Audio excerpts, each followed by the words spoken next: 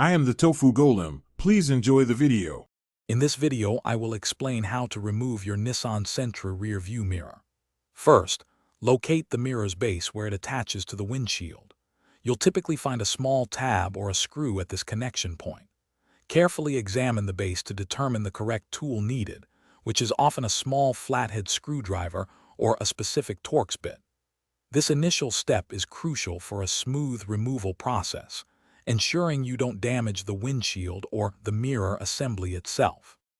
Once you've identified the fastening mechanism, gently pry the tab or loosen the screw until it's fully disengaged. Be careful not to apply excessive force. With the fastener released, the mirror assembly should then slide upwards, away from the mounting bracket on the windshield.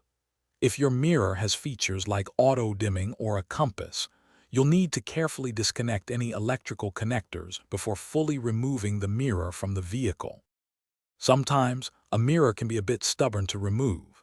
If you encounter resistance, apply gentle, consistent upward pressure while wiggling the mirror slightly. Avoid using metal tools directly on the windshield. A plastic trim tool can be very helpful to gently assist in separating the mirror from its mount without causing damage.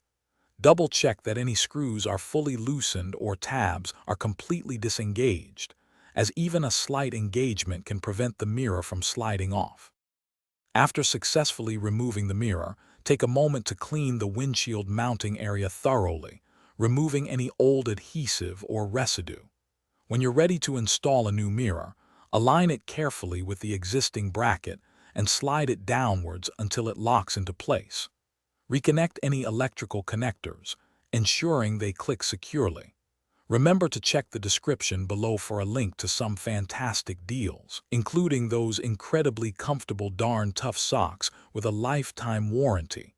Thanks for watching and drive safely. Thanks for watching. Consider subscribing if we helped you today.